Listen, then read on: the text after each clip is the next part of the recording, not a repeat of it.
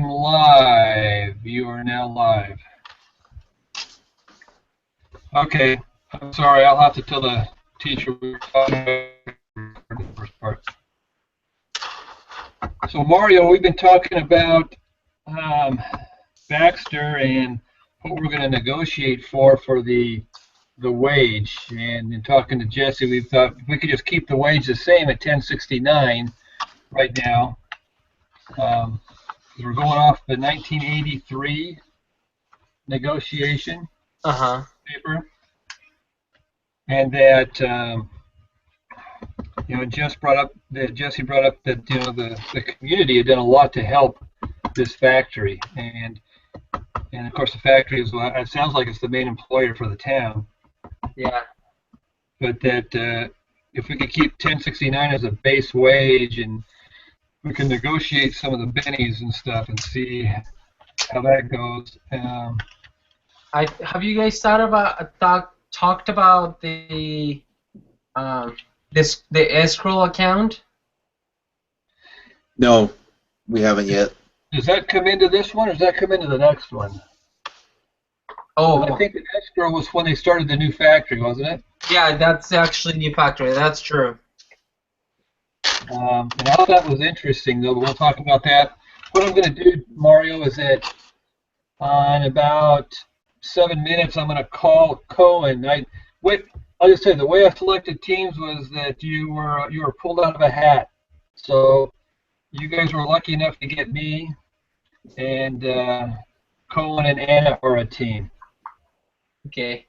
So I didn't know how to do it where we could all be together and then separate, and I watched some others, and this is how they did it. They had 2 separate recordings of teams, and then the leaders called each other in between.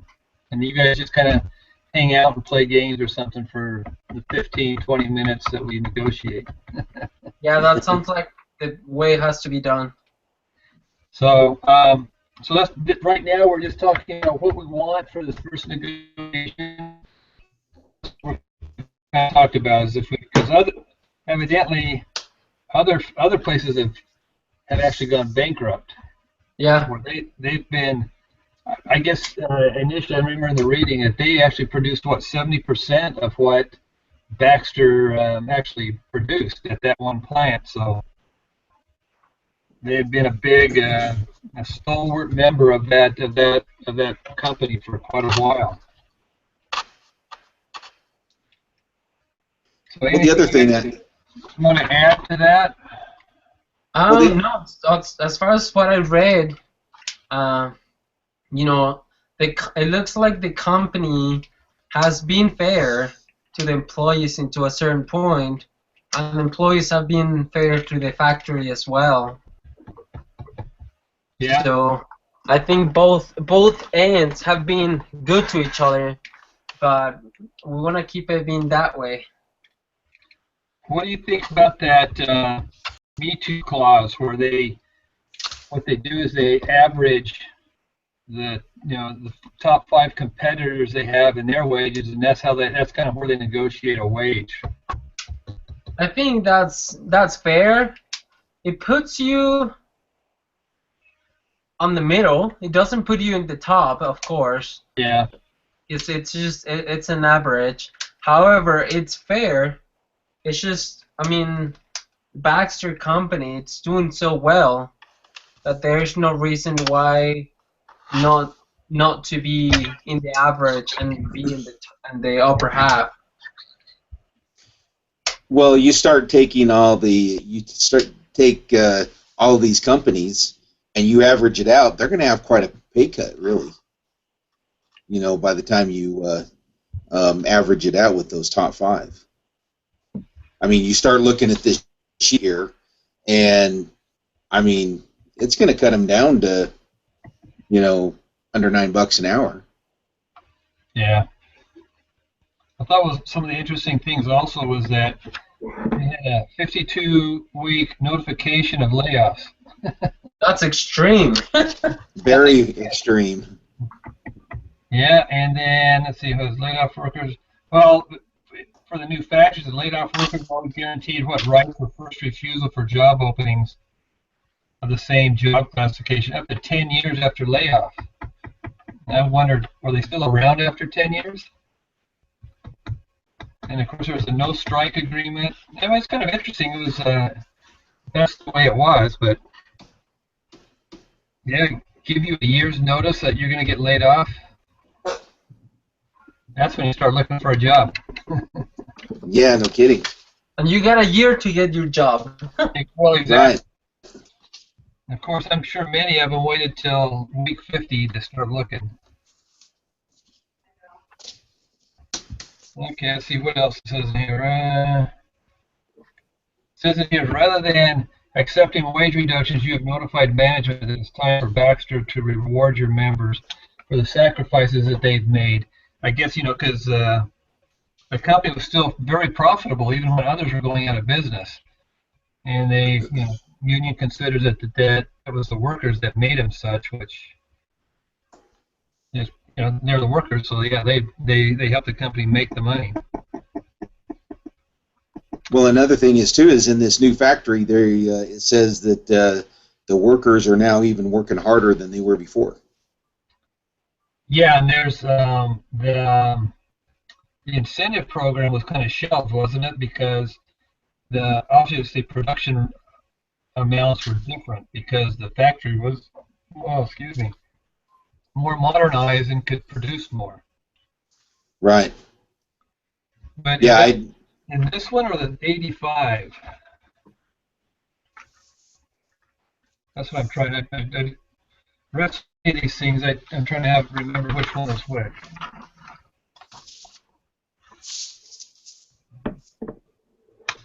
Well, what I'm going to go in, I got a call here in a couple of minutes.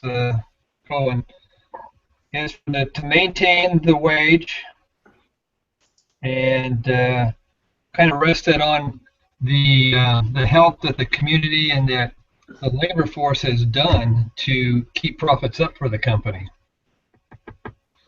Is there anything else that we could add to that? No, I think that would be the main thing, to keep the wage up. It's like I say, even though it sounds fair to keep an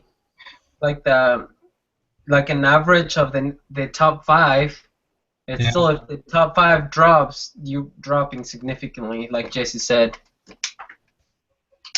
So keep it where it is, or secure it where it is.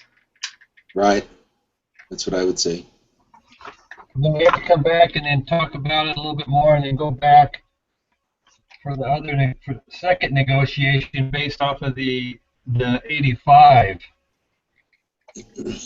thing. So at least that's the way I read it. Did you guys have any other opinion on how that was supposed to be handled otherwise? No, I think that's the way. Okay, well, we'll go in there and tell management that we've kept them up there in the big office. We want some compensation for our members. Okay. Do you want us to just hang in here, or? Yeah, as far as I know, I'm trying to think what. I guess I'm gonna just basically mute my speaker. Okay.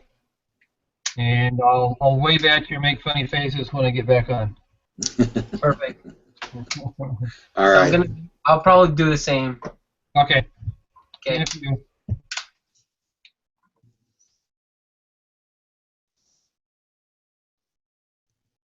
So how you doing, Mario?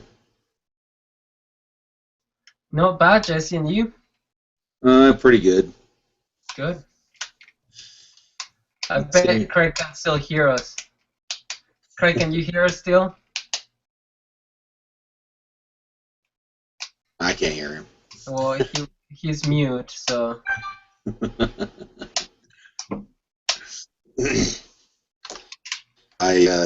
Seems like the closer we get to the end of this semester, the harder it's getting. Yeah. Are you taking a lot more classes with this one, or? I'm taking 5 classes, actually. Not bad. The only problem is it takes almost every spare minute I have. So That's about how I am. And some spare minutes at work too. yeah, I normally I get anywhere between 7 and 3, Monday through Saturday, and any other time I can work into this, So, or at least I should say my open availability is 11 to 3 or 7 to 3. Where do you work? Work for Sam's Club. Oh, I've been. I can do work on Saturday. Yeah, I normally work like 20 to 35 hours a week. So, like this week, I work 7 to 12:30. Oh, so 7 in the morning till 12 in the afternoon. Yeah. Oh, that's not too bad then. So then I come home, and normally by 2 o'clock I'm sitting here at the computer until 10 o'clock almost every night.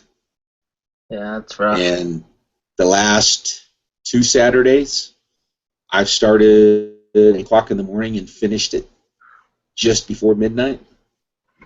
It's been crazy, and the workload is just getting heavier. What classes are you taking?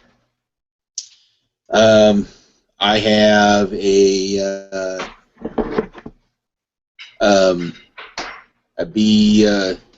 let's see, a COM 175, a speech class. Mm-hmm.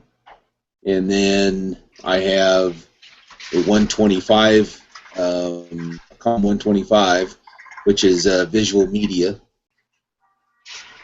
And then I have this one and a media class, and also a QuickBooks class. Oh. And the QuickBooks class takes every bit of probably 10 hours at least, just to get through the assignment, the main assignment. I mean, they still have discussion boards and some quizzes, but that main assignment is about 8 to 10 hours generally. The media class is just kind of like, it's not that bad. It's about 3 to 4 hours a week, but it's just, it's just learning about how media started, how like newspapers started, how radio came into effect, TV, how advertising works, all that stuff. Just kind of the basics. Sound too bad. It's not. It's pretty decent class, but the problem is between Monday, Tuesday, Wednesday, and Thursday, more than well, the speech class, this class, and the visual visual class has almost everything due by today.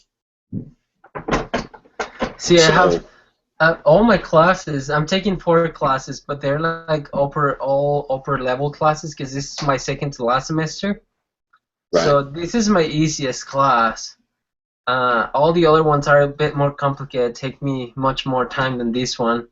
But everything it's due on Saturday. Well, that's nice. Yeah. So I have a couple things due on Tuesday and a couple other things due on Thursday. Mm-hmm. 2 more due on Friday, and I have like 20 things due on Saturday.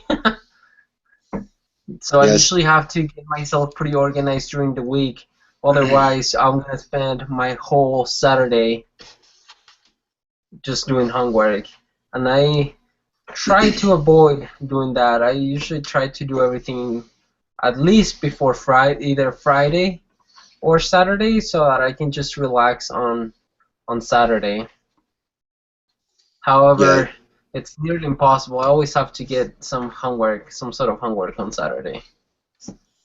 Yeah, this semester and last semester, just seems like I have one class that just takes forever to get done.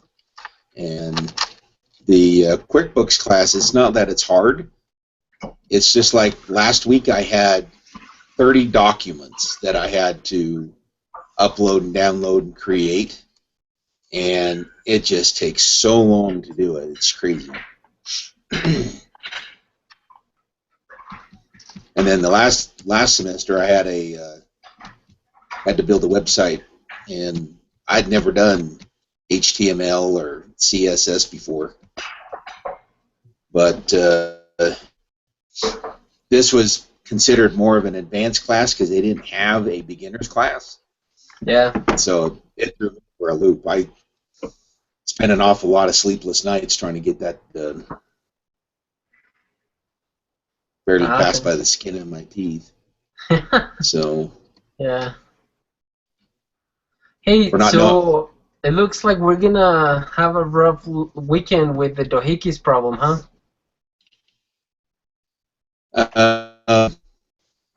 Well, I've just about got my my stuff ready to put into the document, but yeah, it's definitely a little more complicated this time. I went through doohickey, and I read it today and took out little sections that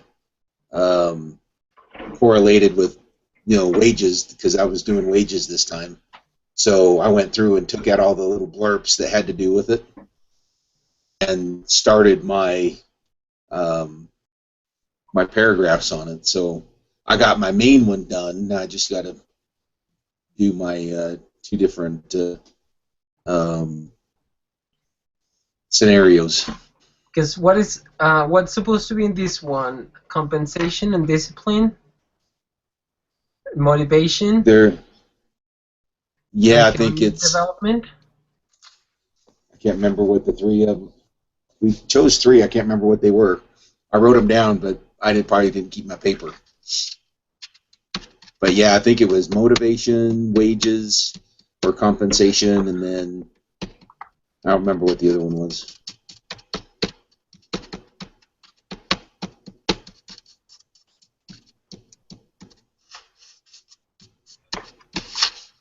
They're having some difficulties for a few minutes. Okay.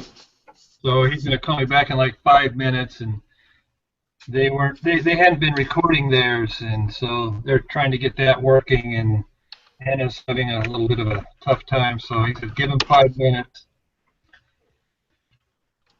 and I basically told him where we wanted to be, and he was just going to start giving me where management felt it was fair, and then everything happened. So we'll get the rest of that, then we'll come back and talk and renegotiate. Up to 85. So in general, what do you think? What do you think about the whole all the papers we read about unions and unions in general?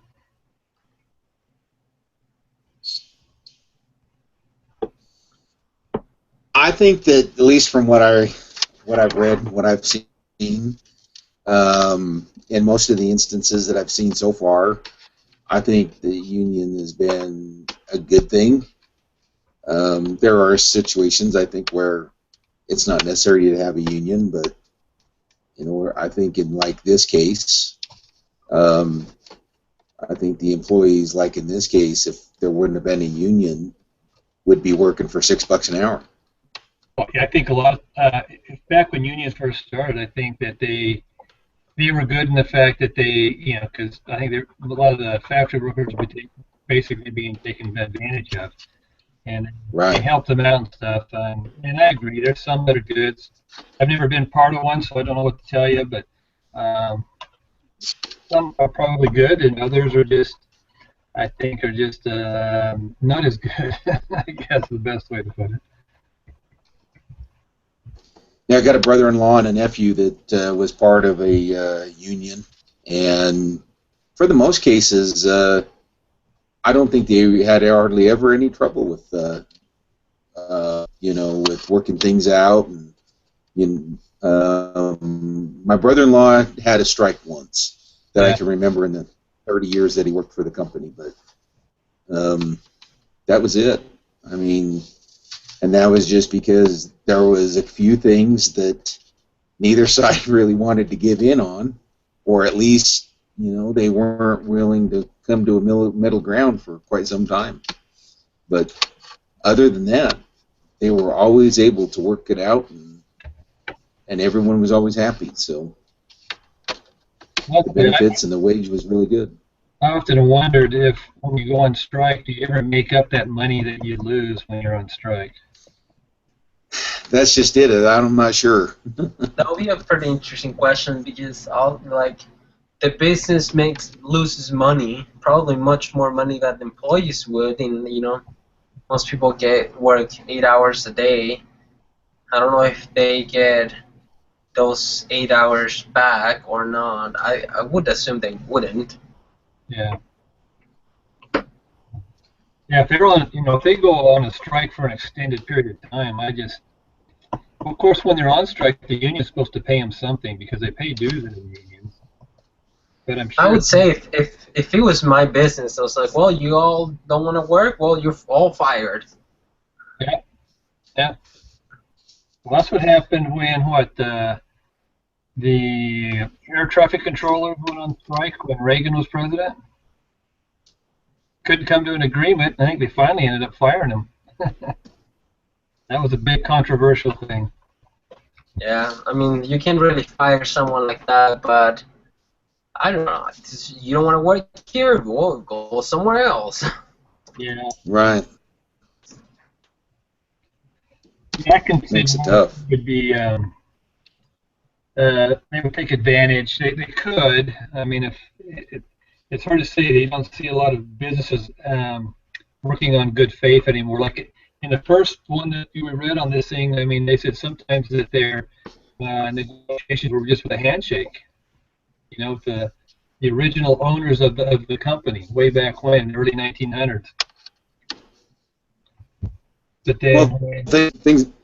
I agree. Things were a lot different back then. A handshake meant something back then. well, exactly, yeah. That's So, anymore, you can't take a handshake or even someone's word most times unless you know them. But right. yeah, it's just it was a lot different back then, just as you say. It definitely was. I was trying to look at where the sales were on this I think this is 83 one. Yeah, 83 one. Hey, I'll be back in just 1 second, guys. Okay. Okay. And it looked like 79, they had a great year, then 80 went down and back up. 83 actually came out a little bit less than 82, so looks like they still made money, but it was kind of a up and down, kind of a wild ride there in the last couple of years.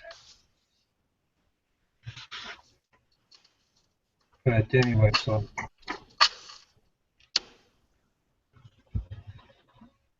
we'll see what management wants to offer us and stuff, and we'll come back and once they get settled in and stuff, and call us back, and we'll go from there. But like I told Connie, I've never been in a union. I don't know how to negotiate. Just this is what we want, and give it to us. I've never been in any type of negotiations like that, so it'd be foreign to me. Well, probably the most like me or you is just when we go to apply for a job and stuff, and they, unless they actually have the wage posted, I've gone to some where they've said, well, what do you have to make? And I'll say, well, that's a slippery slope, because if you say too little, they think, maybe you aren't as good as you're supposed to be. If you ask for too much, then they think, oh, we can hire someone cheaper. Right. I always tell them, you know what, I thought about this, and you guys are the experts, and so I figure that you'll be fair and offer whatever competitive wage would be. So that's usually got me by, but it's still one of those things that, it's kind of like the last one that speaks loses. So, yeah, right. But so we'll see how this goes. But how's Doohickey doing? Um, I know that for me, I've got my main paragraph done, and I'll have my I'm gonna stick you on mute real quick. okay. Uh,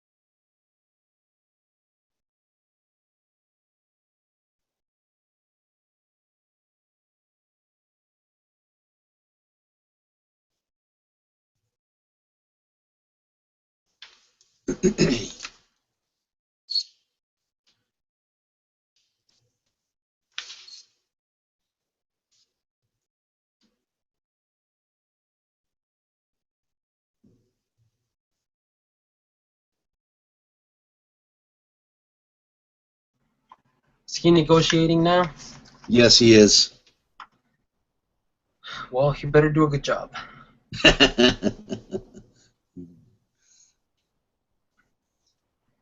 You know, I just realized I didn't read the 85 portion of it, so I've just been skimming through it here. I did both of them. I thought, first of all, at first I thought it was gonna be like in both of them, and then I realized it was gonna be only in in one of them. Yeah. But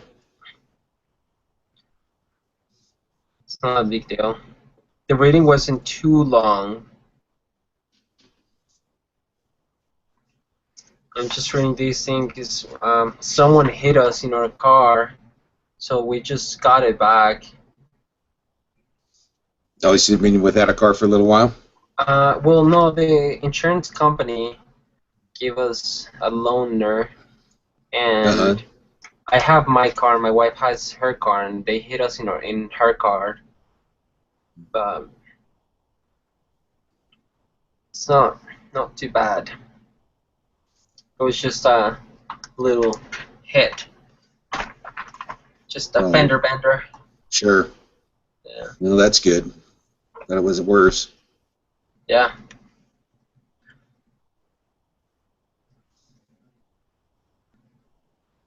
So thank goodness for insurance. They just give me the bill. It's just one fender. Um, $1,300.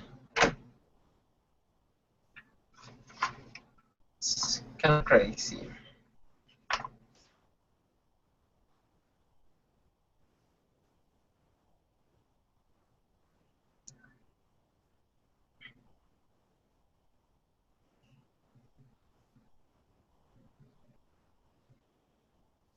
Boy, this 85 negotiation sure cut into him deep. Yeah. Yeah.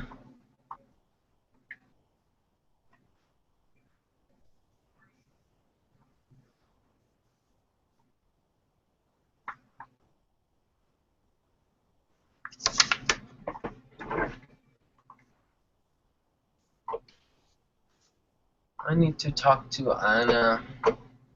Actually, I might just give her a call in here. Yeah, the others are on the phone, so yeah, absolutely. I mean,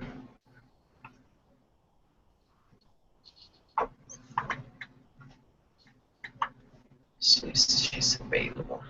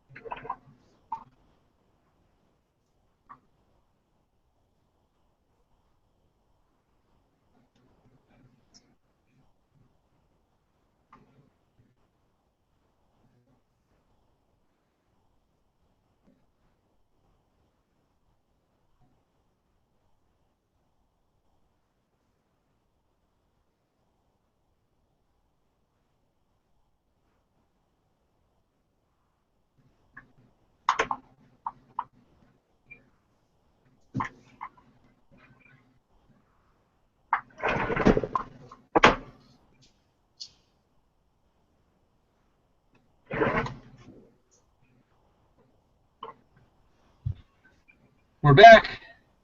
Okay, let's see. Okay, let me read this to you. And it's pretty. I think it kind of pretty well goes with what was in the paperwork. But to maintain continue the rate freeze for 2 years.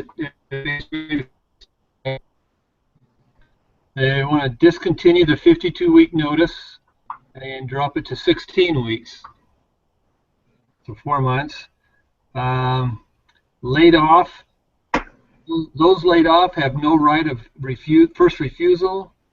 It's not going to be based on seniority. It says no first refusal for new jobs. They want to do some training. They want to have 3 days of training orientation for each station in the hopes of reducing injuries. They also want control over hiring practices and layoffs. And then remember that deal, the escrow account, that there would be no program for new hires as far as that. But those who were grandfathered in would continue receiving their incentives, basically to bring their wage up to what it was on the escrow account that was set up.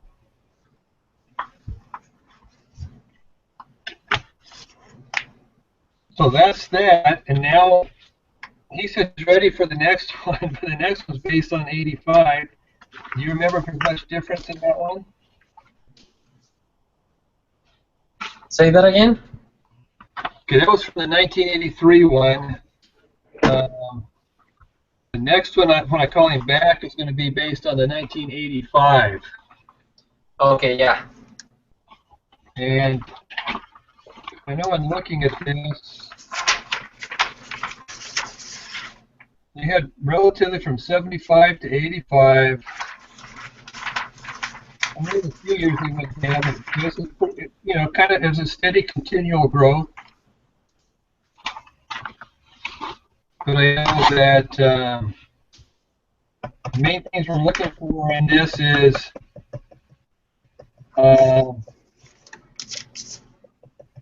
in negotiating the contract is we're looking for safe work environment, reasonable income. So I take it that kind of means what was it called? where you average it out. I forget what they call that. The mean? The what? The mean? Yeah, but what did they call that? The standard deviation, or The Me Too clause. oh, the Me Too. Okay. Okay. Okay. So that's what I'm kind of thinking they're probably going to get at. That says, and I'm reading off the 1985. The last page says here, but if you cannot reach such a contract, you decide to recommend to your members that they vote against the contract and strike. But I'm reading on this thing, as far as the instructions, and it says now your team's ready for the 85 negotiations reading. So I'm assuming you've already read it. Then Most of it. we get back and negotiate a final contract. Well, I mean, I figure we're supposed to negotiate a final contract based on what we read.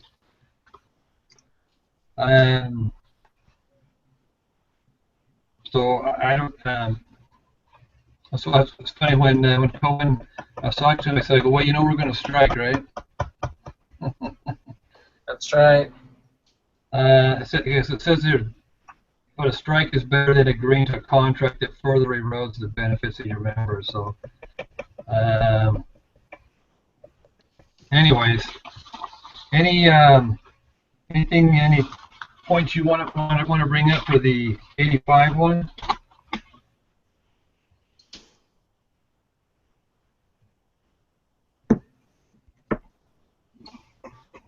Other than, safety's fine. We'll probably didn't they go to an average, to a me too clause? Because 85 is actually negotiated their next contract, right? 85 Right.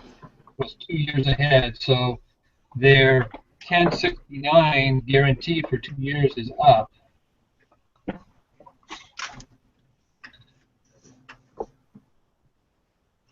And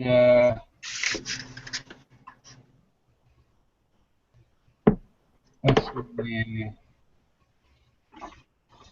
what's that? 2, so 3. I can't look like that's all I'm looking for. I know they're wanting to push for maintaining as much as they can so that Baxter becomes a shining bright star in the union portfolio. But I know that they were, whatever union they belonged to, weren't they sucked up by the national union too? Well, they used to be part of a huge union when they first, back in I think it said in the 60s and 70s, it was like 1 million strong, but then it started going downhill pretty fast.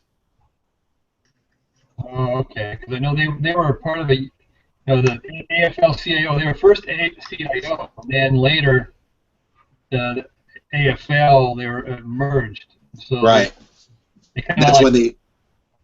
That's when they became 1 million strong plus. Yeah. And then it started decreasing from there. Yeah. I mean, I know they want to have a no concession stance, but in terms of what's happening with the economy and the kind of the industry as a whole, I don't think that was maintained at all. Plus the other thing here, it does say it's been 50 years since the last strike. Yeah, they only did have one other one. That's true. They've only had one strike. And they also didn't they lose like a lot of people, like 500 or more of their employees that either laid off or something, let go, and never came back. They had a couple layoffs. One was like 226, and the second one was a bigger number, and which never came back. Right. Probably due to modernization of the plant and stuff. Mm-hmm. So we're gonna see if what we can keep, if and probably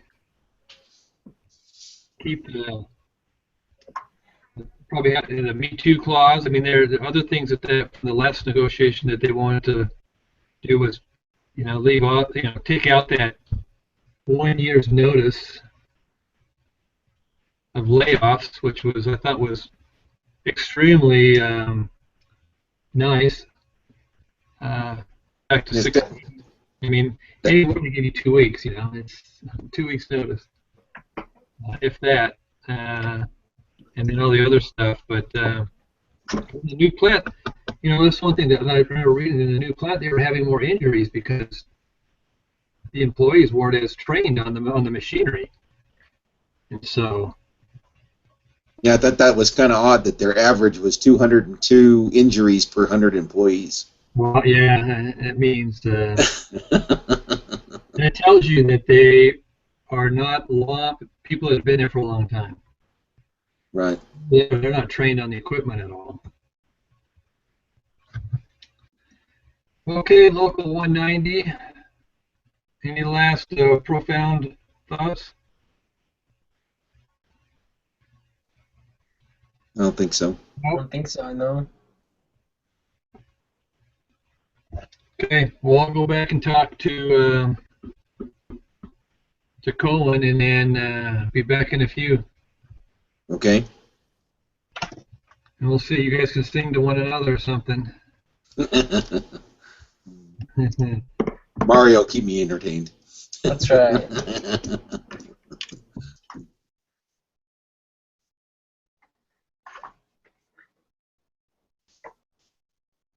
What are you doing for the doohickeys, Jesse? The wages and compensation.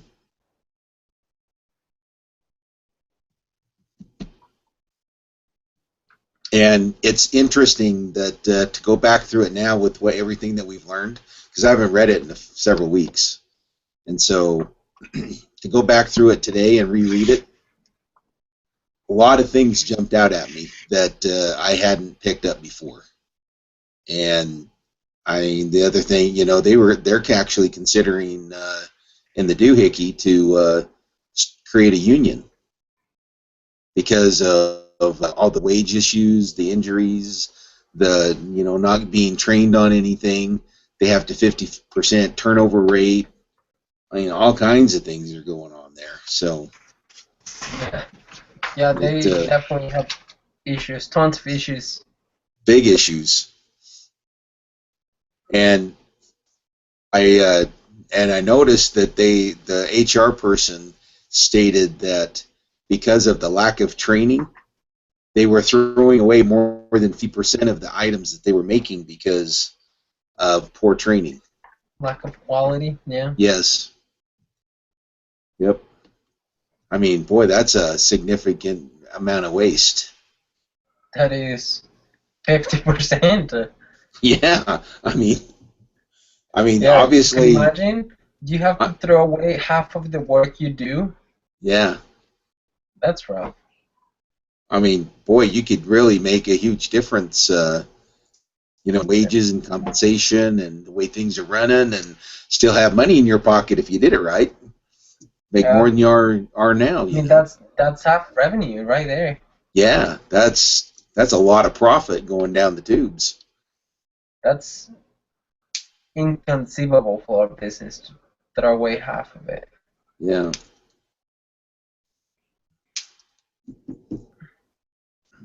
Pretty tough. I thought it just meant more. I learned a lot more this time reading it than I did in the past.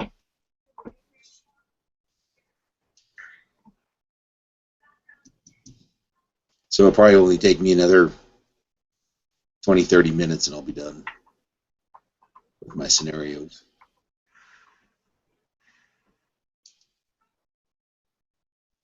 Because I'll probably do a scenario on creating a union, and then one not creating a union.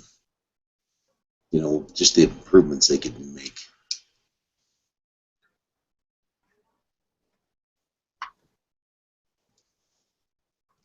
I think we should get all together so we can do something in the doohickeys part.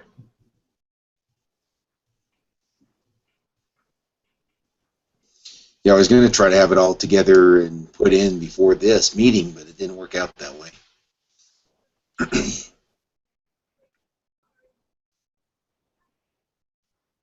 That's what I'm probably gonna do. I'm gonna write that tomorrow. Yeah, if I don't finish it tonight, it'll be tomorrow afternoon. I'll finish it up. And then if everybody can get their stuff in by 5 o'clock on Saturday, then this lady will look over our document again for us.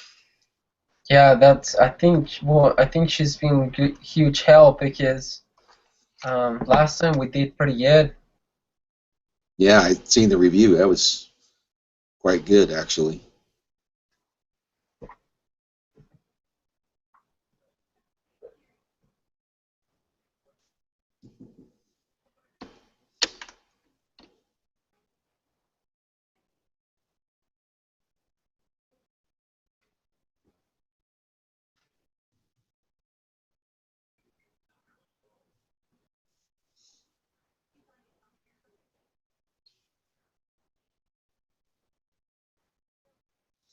Tell you what, after reading this 85 contract that they did, they're just losing a lot of their foothold there. It's going to be pretty soon, and there won't be a union presence there at all. It looks like to me like they're just trying to push them out a little bit at a time. Yeah. Hey, you guys having fun? Yeah. Trying. Okay, I mean, according to Cohen, he just did. I guess what we'll do is if we agreed their terms, then I'm just gonna write up the contract and go with that, turn it in. So I said, as a subcommittee of the local 190, we accepted the terms they gave in lieu of knowing what other companies were doing. We thought that was there. So I guess it does, because it doesn't. It just says read the 1985 one. So I don't know. Maybe we're not supposed to negotiate that one. So that's what we do. So we accepted their terms. We did ask for a pool table and a foosball table, along with a Pepsi machine to be put in there. There you go. Well, that's all you need, right? Pool and Pepsis. He said he would throw in an honor bar too. The honor, candy bar thing. Where people come and put money in there depending on what candy bar they're taking. Oh, that's right. I said I could get paid for that. So that's it. Let me see. I'll do the final contract. I'll do that and turn that in. Whose is it? I asked Cohen, do you know whose turn it is next week or not? He said he thought it was Anna's, but he was going to check with her. I think he could be on us. I think it is, because these next 2 or 3, we don't have to do any work afterwards. It's just do the recording and post it, and that's it.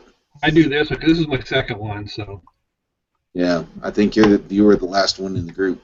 I think I will. You're right. I think this is my second one as well. Well, any closing remarks?